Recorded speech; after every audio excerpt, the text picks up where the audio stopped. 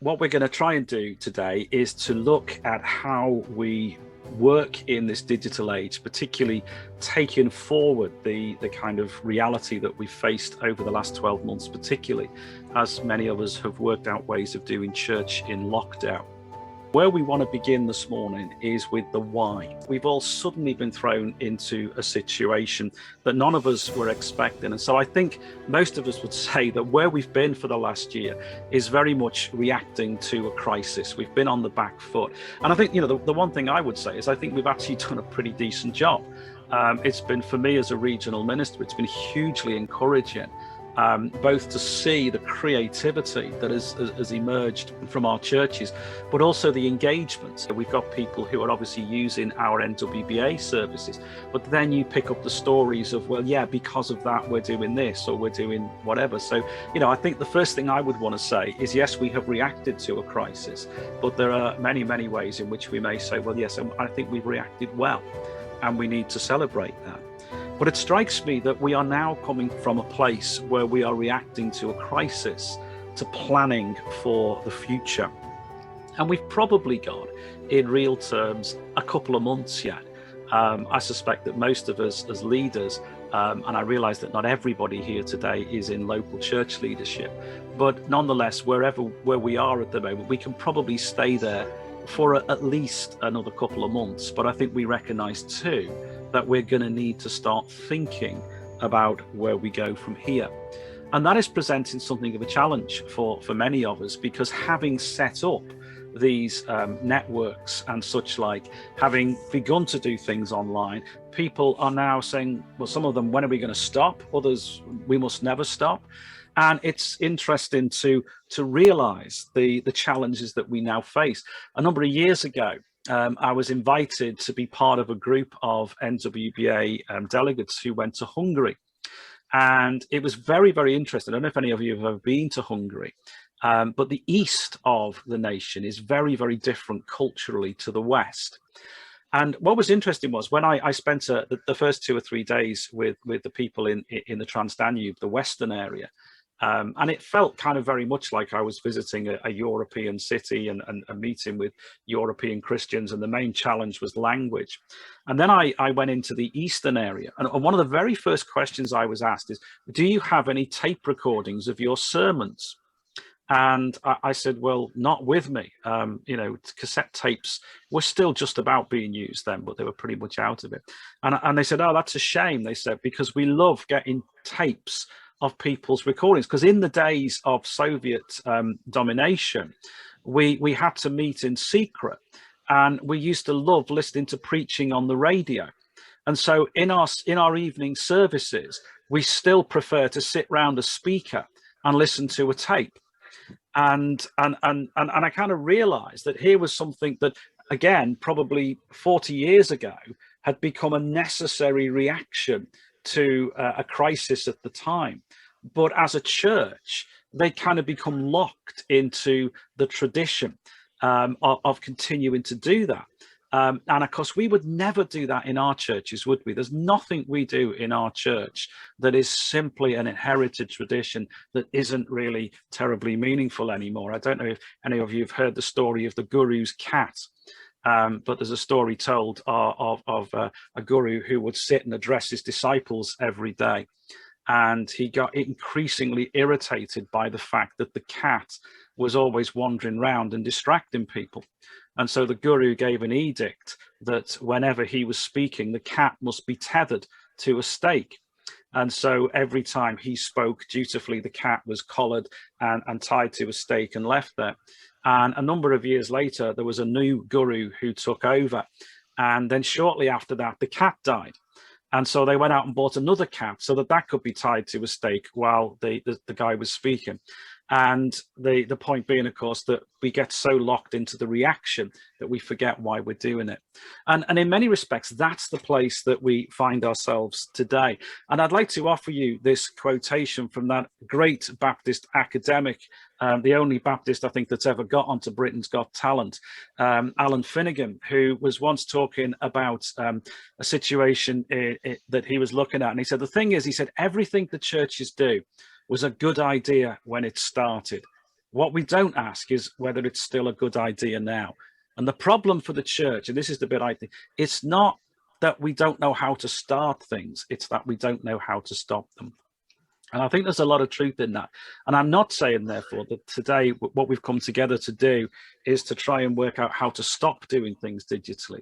But I think we need to recognize the fact that we are moving into a place where we're going to have to move from simply reacting to thinking forward, because it does strike me that there is a very real possibility, if we're not careful, that we end up essentially delivering ourselves a triple whammy when we come back, because there will be those, and many of us maybe are already in that place, many of us have maybe already begun to do it, where we're reinstating physical gatherings. We're also having to reinstate physical gatherings while managing a whole load of COVID regulations. And certainly one of the things that I'm picking up again and again from leaders is, as buildings reopen, people will not behave. People will not follow the rules. And that's, because you can understand there are ingrained behaviors in people. But there also seems to be an added potential pressure of how do we maintain our online gatherings. And so that, to me, is why we need to begin to think about this, because if we simply react to circumstances, those who are already quite committed, and in many of our churches, there is a relatively small group of people who are doing a good amount of the work of arranging and our gatherings and managing things, that workload could potentially triple, because you are both continuing to want to lead God's people in worship and continuing to want to preach and to do all the things that we do. You're going to have a significantly increased workload in making sure that we manage COVID regulations.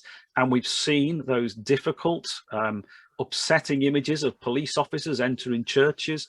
And at one level, it horrifies us, but at another level, we recognize why it's deemed to be something that needs to be done. Plus the fact many of us are asking that question, how do we maintain what we've been doing online? And another reason I think it's really important that we recognize that, and I'm going to talk a little bit more about this in a moment, is because it is simply just so much more that it is possible to do. And I don't know how you react to this statement, but I really want you to just look at it and realize that it is true. What we are told is that most of us will have more technology in one of these than there was installed on the Apollo craft that landed on the moon in 1969. There is more computing power in this little thing in my hand. And trust me, this is not the top of the range iPhone by any stretch of the imagination. So we have the technology, and I would say we have the capability, because if you are here today, then you are capable of making your digital content available to the world by the end of this evening.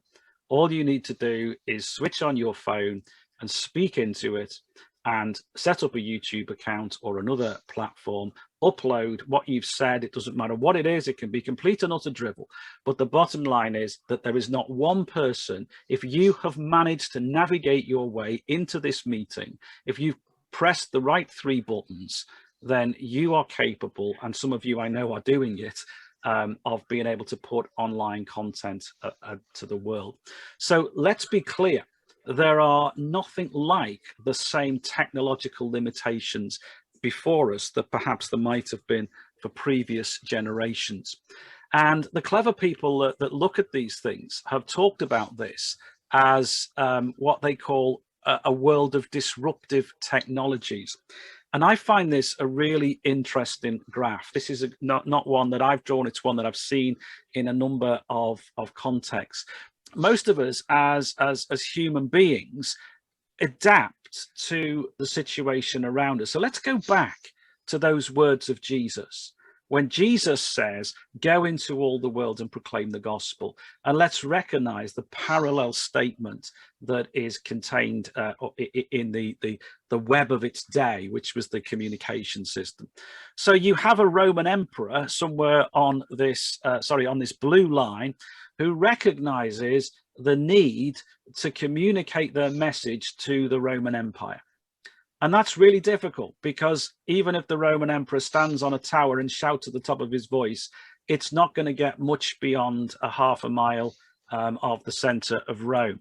And so the Roman emperor comes up with this idea of writing it down and giving it to someone to carry.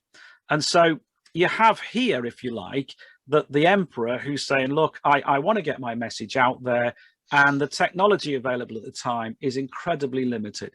And so the imagination, the things we wish we could do, are above the technology that we have. So maybe this is perhaps when James Watt invents the steam engine. Everybody could imagine how wonderful life would be if you could travel more quickly, how brilliant it would be if we could get from A to B in less time. And then someone comes up with a steam engine, and wow, look at what we can do. Look at how much material we can lift out of the ground. Look at the way we can mechanize so many of the jobs that we do. So when the steam engine comes out, nobody does anything that they didn't do before. They just do it in a more efficient way. So the technology, our imagination, is running ahead of the technology. But what people are saying is that at some point in the early part of this millennium, those two lines crossed each other. And I don't know, maybe is there anybody in this gathering who can honestly tell me that you know how to use every function on your smartphone? Exactly, yeah. Is there anybody here that knows, has looked at every available app in the, or Google, whatever, Android, and decided which ones you want to use, having looked at the 22 million or so that are available and analyzed each one and worked out the best for you? Good, that's a relief. It's not just me then. So we're now living in a world where most of us are actually, our imagination is behind the technology. The technology can do more than we can imagine. And certainly I find myself again and again, wow, I didn't realize I could do that. I didn't realize that that could happen. And so we're now trying to adapt to the technologies.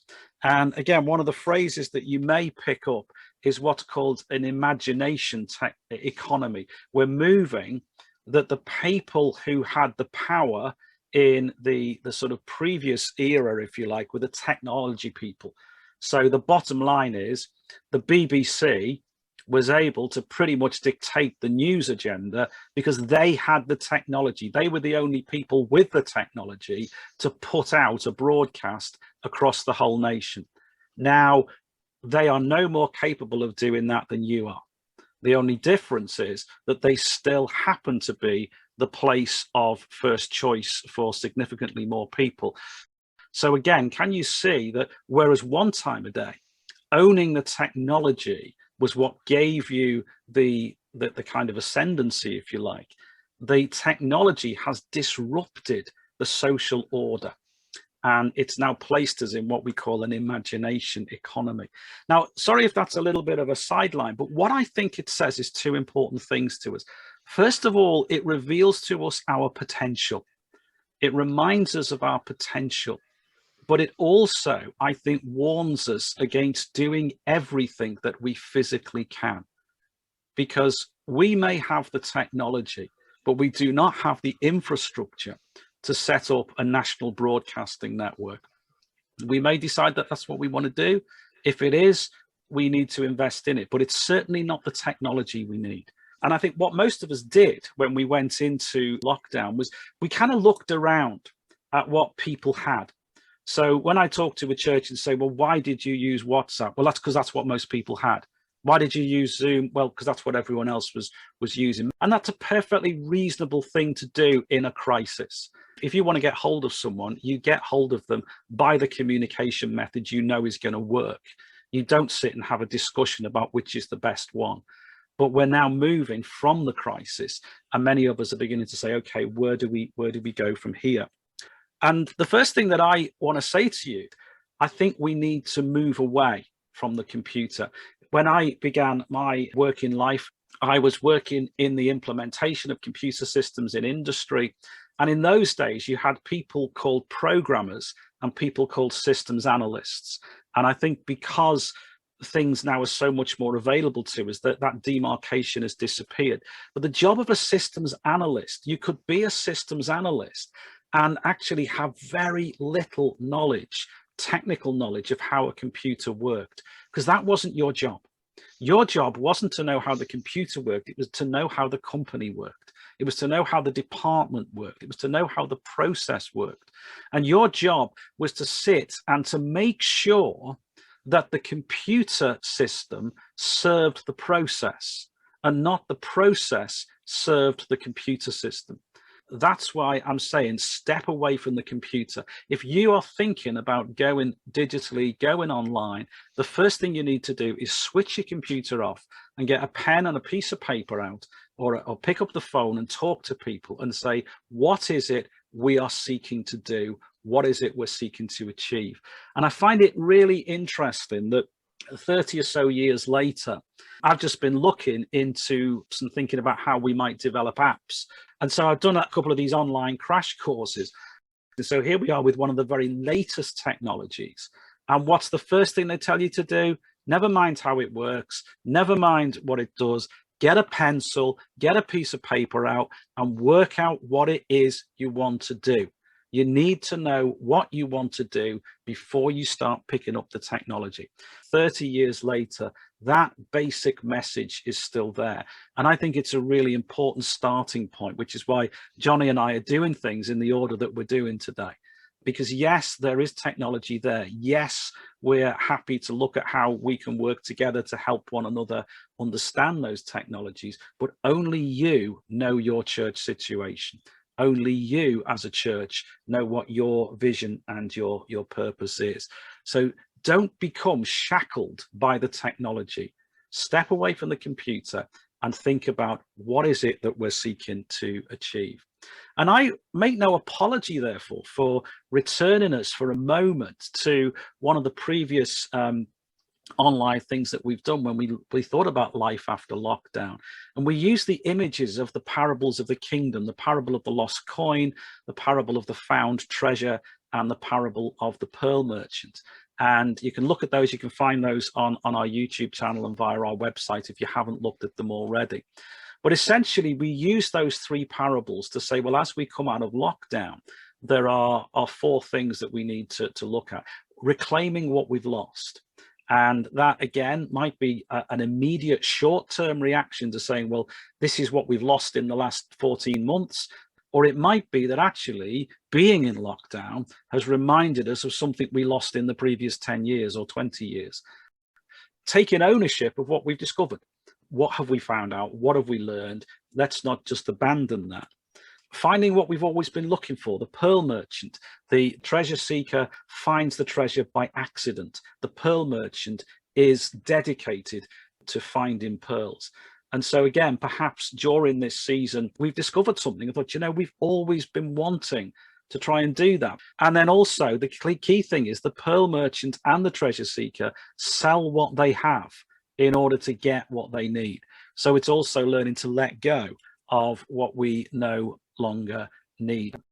I think those principles still stand, that this is part and parcel of what we need to be thinking about. And so what I want us to do, first of all, perhaps this morning, is just to think about a couple of those in terms of what we found. And we're going to use the whiteboard. And I just want you to think about, if you have been doing church online, or even if you've just been doing church by phoning people up or delivering things to them, what are some of the benefits that you have discovered? Yeah, that's an interesting one. There's the whole people who are working shifts. So we're able to engage in services outside of our normal meeting times. More able to join in. Can you tell us a bit more about what you meant by that? when we're hosting prayer meetings, there's Yeah. more able to join via Zoom Yeah. than we can work times around to suit people, Yeah. and Bible study groups as well. There's people signing up for them that haven't been to the bricks and mortar Bible studies. Yeah. And are you finding, because this is something I've certainly heard, it may not be the case, Jess, but one or two people have told me that actually in prayer meetings, more people are praying. Definitely. That's a kind of two-way thing. It's both a deeper engagement, but also a broader. People can come and not worry about it being late.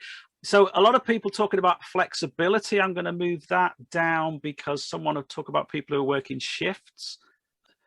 This is an interesting one, isn't it? Reaching people who need to stay at home as they are carers. Yep, there's the lady in Norfolk. So I'm going to put that over here with the people who can't join in, because we've certainly got people coming to our NWBA services now who are saying, well, we're coming as a family. We've moved away. We've separated. Prayer meetings, people can drop in for a short time. That's an interesting one, isn't it? So again, there's this flexibility. Sorry, just picking up the carers. I mean, a number are also saying about what would traditionally be called the housebound, who always felt a little bit on the edge, and now are saying we suddenly feel in the middle, able to play music without the music group being able to play it. I can think of occasions when I've played in the music group and we've managed to do both, but never mind. I think you're right. Fortunately, the congregation knew the song well enough. Services remain available for rewatching. Yeah, which is quite scary if you're the preacher. So there's quite a good list there. Yeah, I'm just saying that people will share the services with their friends, and they will watch as well. Yeah. So, if they've heard a good message, they share it. Yeah. And I think that's an interesting thing, because I must admit, this is my, as I said, my son is a YouTuber, and it's one of the things that slightly frustrates me, if I'm honest. I think in our Christian culture, we're not as used to sharing content as my son's generation. And it strikes me there's a massive evangelistic opportunity there to be able to say to someone, we sang this song in church today, or we heard this message in church today. How about you look at it?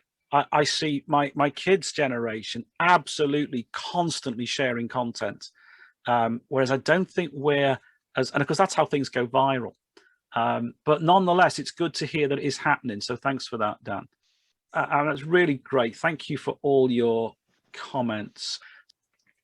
These are some of the things that I put ahead of today, but I think we've picked some of them up very much so. Greater engagement with those outside, better inclusion of the existing congregation, pick that up with a comment about more people praying, greater sense of engagement and people just being able to interact, greater flexibility. I think we picked a number of things up there.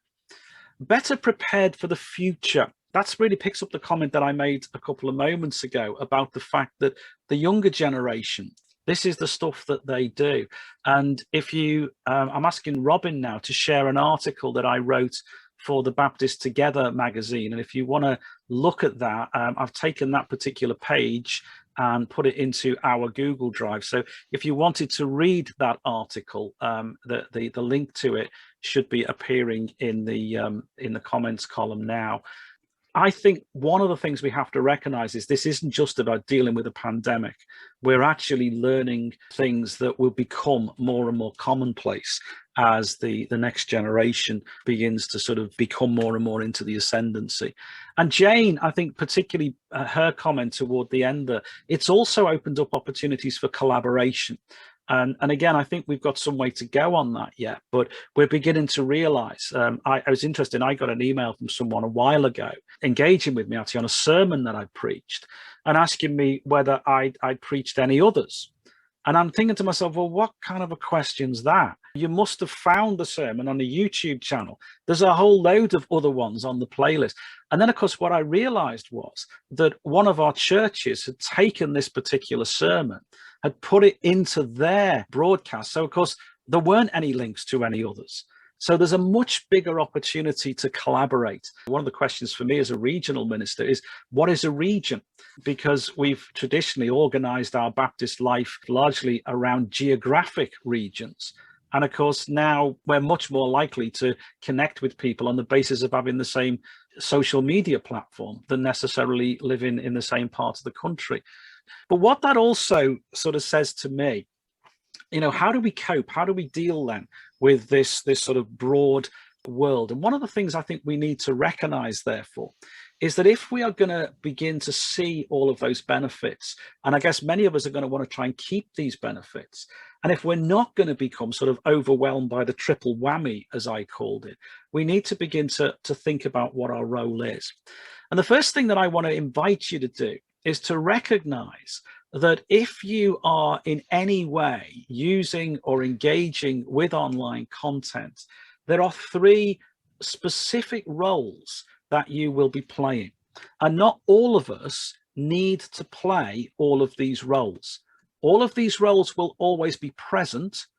One of these roles will probably be in the ascendancy, but none of us need to do all of them. So the first one is the creator. Okay, so we may produce a sermon, we may produce a Bible study, we may get our guitar out and sing a song. Some of the examples that you've seen if you followed our Lent series in NWBA, we essentially asked each church to be a creator, to produce a piece of content that was able to be shared. The second mode is what we might call a curator. And this goes back to the point that I made earlier, that we have the same technology available to us as the BBC has in terms of being able to reach a global audience. What makes the difference is where that is curated. So what I mean by that is that, you are here today. So if I invited someone to come and speak to you today, I'm creating an environment where that person is going to reach 23 people or 23 watchers. I'm curating the space. Now, we're told that there is more content uploaded to YouTube alone in any single day than any human being is capable of watching in their entire lifetime. So the role of the curator is becoming more and more important. It's how do we perhaps as churches not necessarily produce the content, but how do we help people access content that we find helpful? And dare I say, how do we help people avoid content that might be unhelpful? And the third area is what I would say is that we are a connector. In other words, we are able to engage with one another. So what we're doing today is we are connecting with each other. We're able to have conversations. We're able to interact and connect. Now, I would argue that any one of those will always be present in any situation. So let's take a very simple example. Matt Hurst is with us today, and he has a look around this screen and he recognizes that Jane Henderson is here. So when it's over, he decides to make a Skype call to Jane. So the minute that happens, they connect. There's 2 people are now able to communicate. The minute one of them starts talking, they generate content. It may not be the most riveting conversation in the world, but if one of them presses the record button, then we have content. And one of them has made the call. One of them has taken the initiative to make that conversation happen. So there's a curator. So all 3, I would say, are always present. But one of them will probably be your principal task. So I would say from an NWBA point of view, for example, probably our main concern is creation, is that we are looking to try and create content. And I say NWBA in its broadest sense. So that would include our churches. So over Lent, for example, we tried to get 40 of our churches to create some content that made its way onto the internet, which we curated. I guess I know there's at least 2, 3, probably more people who who contributed to that, who are here today. And you would recognize that probably more people saw your content because we curated it for you. We created a community at which people then engage. And then we get emails. People say, I love that, or can you put me in touch with that church, or can we do that again sometime? So we create connection. Now, Johnny's going to talk a little bit more about this later, but clearly different packages are a different software is designed for different ones of these. So if, for example, your main thrust is creation, then a channel like YouTube is particularly beneficial because you can upload pre-recorded material, you can spend time getting it right, and once it's there, and anybody can view it at their leisure when they want. If you're more interested in connecting, then you may be very happy to do very little preparation other than to say to people, we will gather on Zoom at 10 o'clock next Tuesday. And the minute people click on the link, you've created that community, you've connected.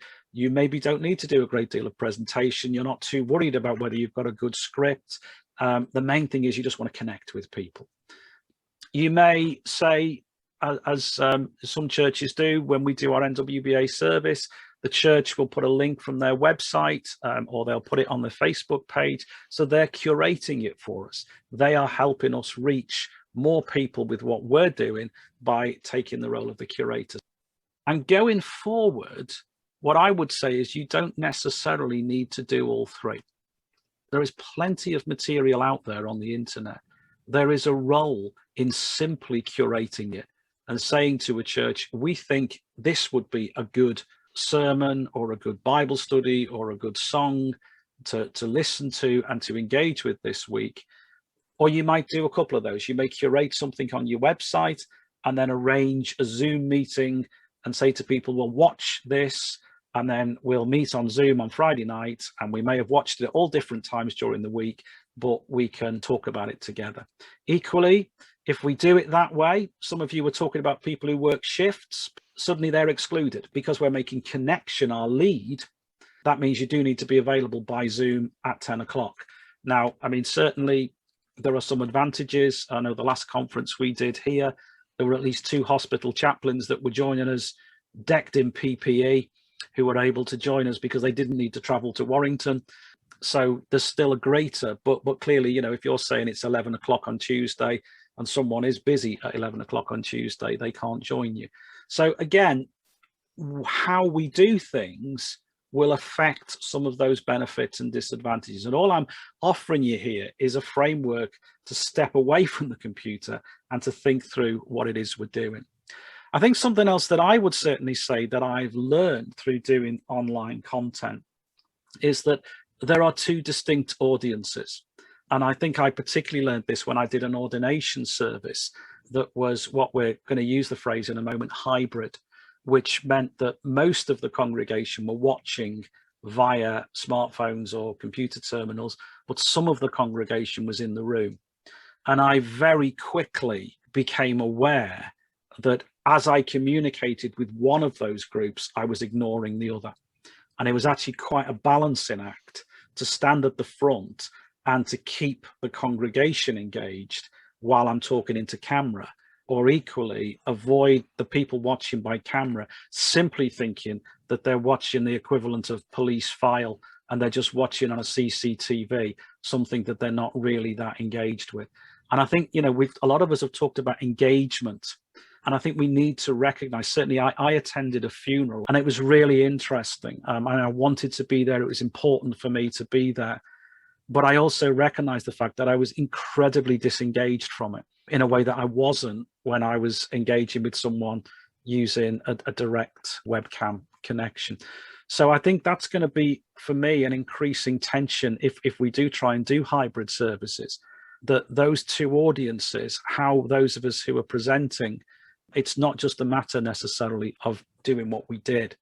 The way I did it at this ordination was it felt to me really, really important that both groups felt connected with at the very beginning of the service. So what I did was I deliberately called the congregation together 5 minutes before we started.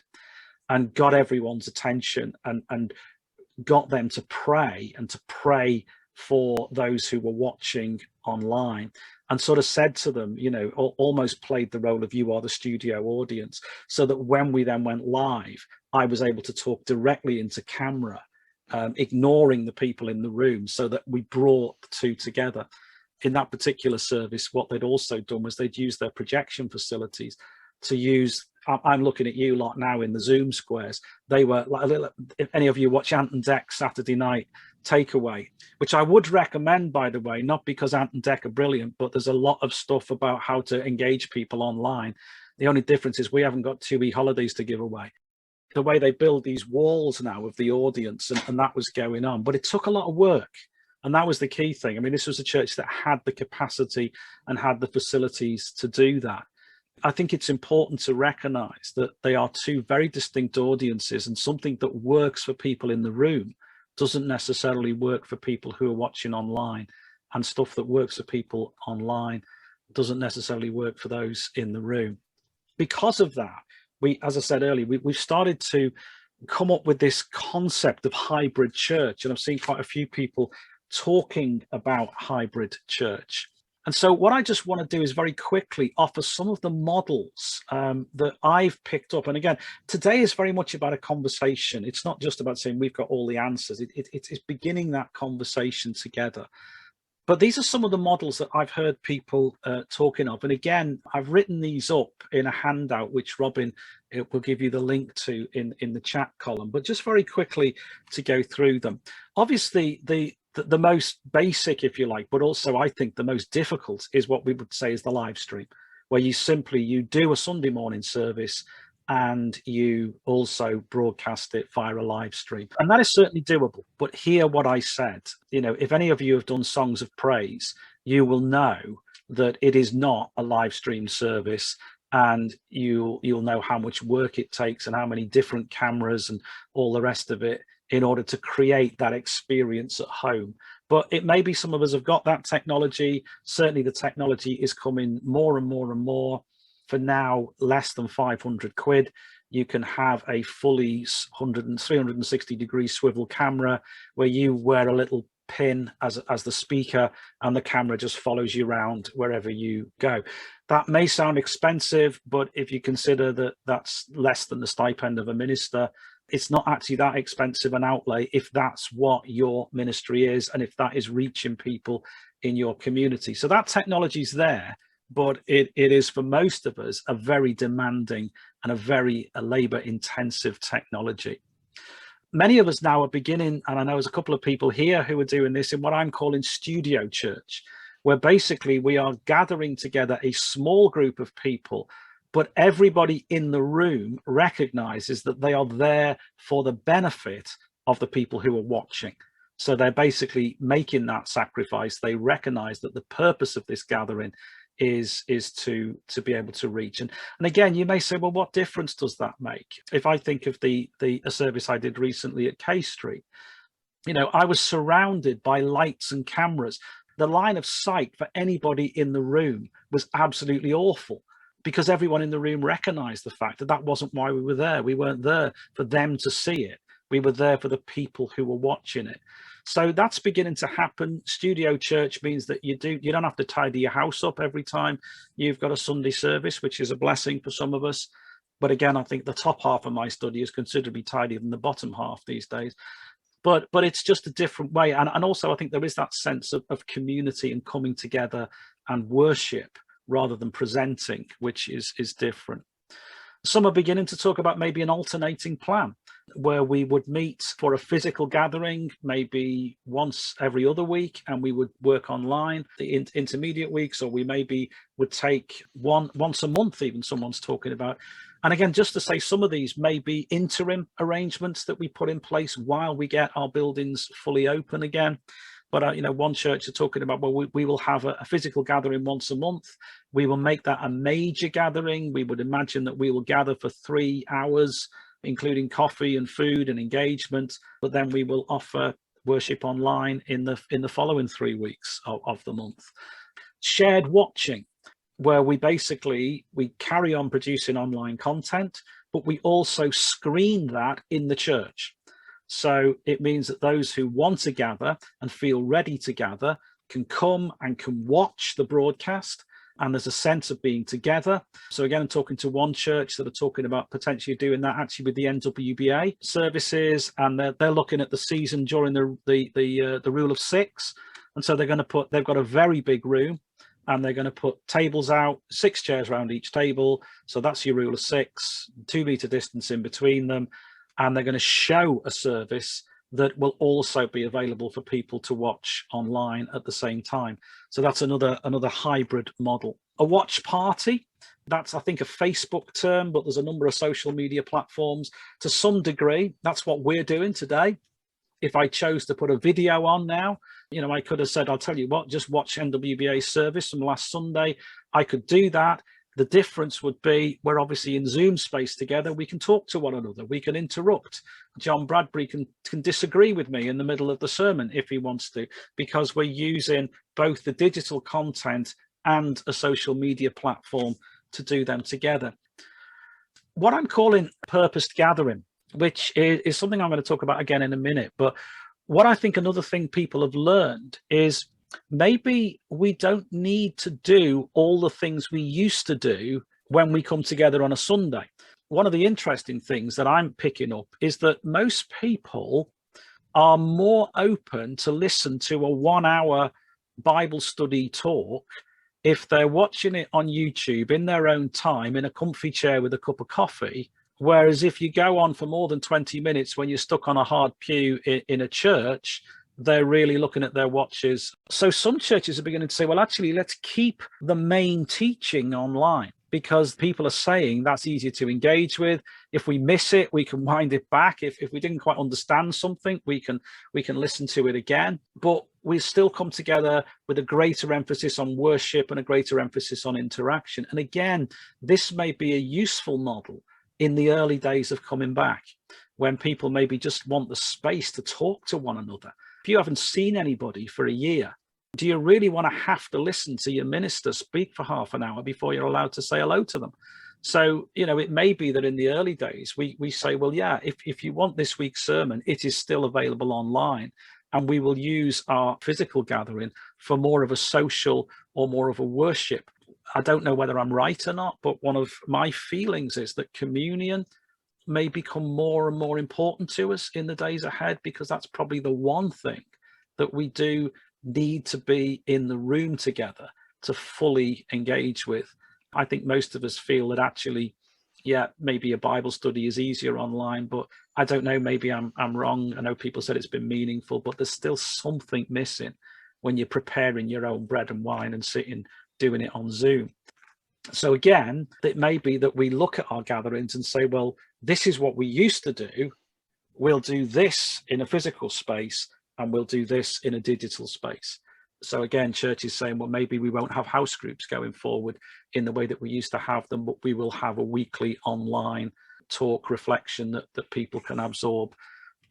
A networked gathering. What I mean by that is I've had an interesting conversation with one church that's saying they're actually going to physically gather, but they're going to carry on using the technology in the room together. Now, this could be fun because you could have issues of muting.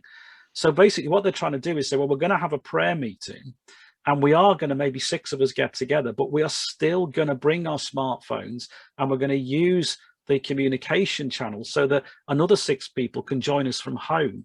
And as much as we can, there won't be any difference between whether you're in the room or whether you're not. Whether that'll work or not, I don't know, but it's something that one church is looking at trying. Something else, and these last 2, and I think this is one of the reasons, as I said, I'm hoping that this is more of a conversation today and not just one-way traffic, because the other thing we've got to recognize is that we have the opportunity to work together. And Jane picked that up earlier when we were looking at the advantages. So churches are already beginning to say, well, maybe we could work with another local church, and we would alternate the physical service and the digital service.